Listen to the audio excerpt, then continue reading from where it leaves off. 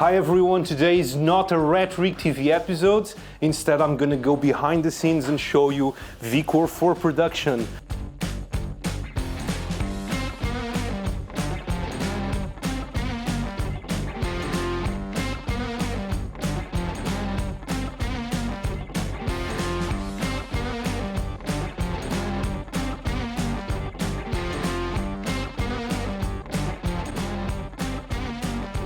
Our print farm has been working 24/7 over the past few weeks as we ramp up production of VCore 4 printed parts.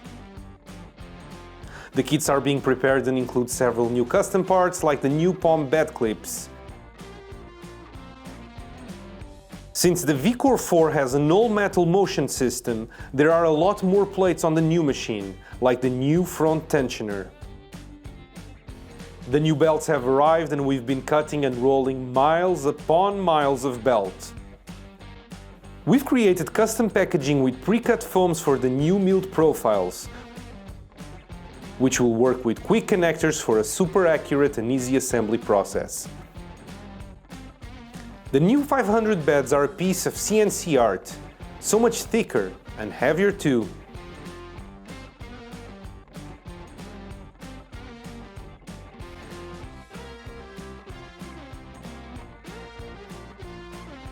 In the office, we're working hard to get the build guide ready on time.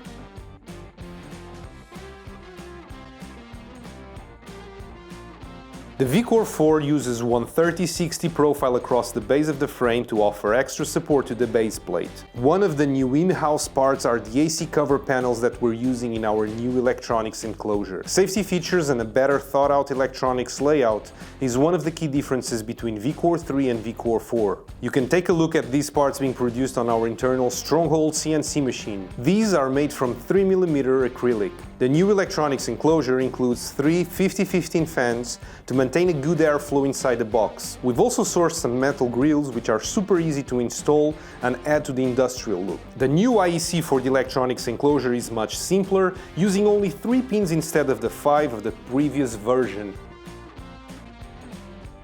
We're trying to get the VCore 4 electronics kit as complete as possible, from pre-cut wires right down to the last spade connector.